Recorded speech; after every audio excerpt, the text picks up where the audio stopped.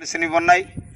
ఏదేమైనప్పటికీ కూడా దేవుని చిత్తమై మరి ఈ స్థలములో దేవుని యొక్క వాక్యాన్ని విత్తాలని ఒక ఆలోచన కలిగి వచ్చి ఉన్న పరిశుద్ధ గ్రంథములో ప్రియులారా అనేకమైనటువంటి మాటలు యేసుప్రభు వారే ప్రియులారా మరి చెప్పినటువంటి మాటలు. ప్రియులారా, విత్తనాలు యజమానుడు పొలంలో విత్తుతున్నప్పుడు ప్రియులారా కొన్ని విత్తనాలు రాతి నేల మీద పడ్డాయి, కొన్ని విత్తనాలు త్రోవ పక్కన పడ్డాయి, కొన్ని విత్తనాలు ముండ్ల పొదలో పడ్డాయి ప్రియులారా, కొన్ని విత్తనాలు మంచి నేల మీద పడ్డాయి. నిజమే ప్రియులారా, మన బిడ్డలు కూడా మనకి విత్తనం లాంటి వారే. మన బిడ్డల్ని కూడా సరైన మార్గంలో బాలుడు నడవలసిన త్రోవను ఆయనకు నేర్పించనొచ్చు. ఆ బాలుడు ఎదిగిన తర్వాత ఆ మార్గాన్ని ఇచ్చి తొలగిపోవడని వాక్యం సెలవిస్తూ ఉంది. నిజమే ప్రియులారా, ఇక్కడ విత్తనానికి బాలుడికి సంబంధం ఏమనుకుంటారు ప్రియులారా? విత్తనము విత్తినప్పుడు మనం ఏం చేస్తామంటే మంచి నేల పడాలా, మంచి పంట బాగా పండాలని ఆలోచన చేస్తాం. అలాగే మన కుమార్తె కానీ కుమారుడు కానీ పుట్టినప్పుడు వారు కూడా ప్రియులారా మంచి మార్గంలో మంచి విద్యను అభ్యసించి ఎదగాలని, ఆయన ఎదిగిన తర్వాత మంచి ఫలాలు ఫలించాలని మనం ఆలోచన చేస్తాం. ప్రియులారా గమనించండి, ఇక్కడ యజమానుడు విత్తనాలు చల్లినప్పుడు కొన్ని విత్తనాలు త్రోవ పక్కన పడ్డాయి, కొన్ని విత్తనాలు రాతి నేల మీద పడ్డాయి, కొన్ని విత్తనాలు ప్రియులారా ముండ పొదలో పడ్డాయి, కొన్ని విత్తనాలు మంచి నేలన పడ్డాయి.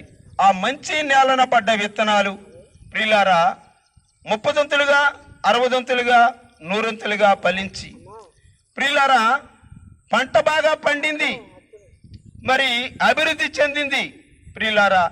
మరి ముండ్ల పొదలో పడ్డ విత్తనాలు మనం చూస్తే ప్రియులారా ముండ్ల పొదలో పడ్డ విత్తనాలు కూడా మొలకెత్తాయి. కొద్దిగా ఎదిగిన తర్వాత ఆ ముండ్ల కంపలు అడ్డుగా వచ్చిన కారణంగా అవి ఎదగలేకపోయాయి ప్రియులారా. అలాగే దేవుని బిడ్డలో మన అందరం కూడా విశ్వాసులుగా ఉన్న మనము ప్రియులారా ఆ విశ్వాసములో నుంచి తొలగిపోతూ ఉంటాం కొన్నిసార్లు. ఎందుకంటే మనం నడిచే మార్గము సరైనదైతే మరి 100 వంతులుగా ఫలించిన మరి ఆ పంటలా ఉంటాం ప్రియులారా.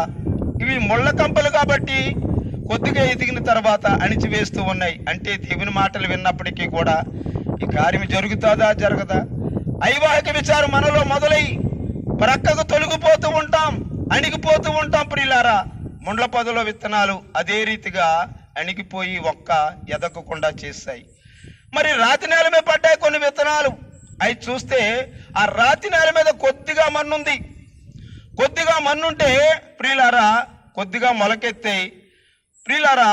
ఎండవేడి బాగా వచ్చినప్పుడు ఆ వేడికి తట్టుకోలేక కింద ఏరు లోపలికి వెళ్ళని కారణంగా మొక్క ఎదగాలంటే ఏరు లోపలికి వెళ్ళాలి, బలమైన ఆహారము తీసుకుని అది సప్లై చేయాలి పైకి, అప్పుడే మొక్క ఎదుగుతుంది. నీ కుమారుడు నీ కుమార్తె కూడా అలాగే గమనించండి. నీ కుమారుడు నీ కుమార్తె కూడా చక్కని జ్ఞానము విద్య అభ్యసించి ఎదిగితే ఆ బాలుడు గొప్పవాడవుతాడు ప్రియులారా.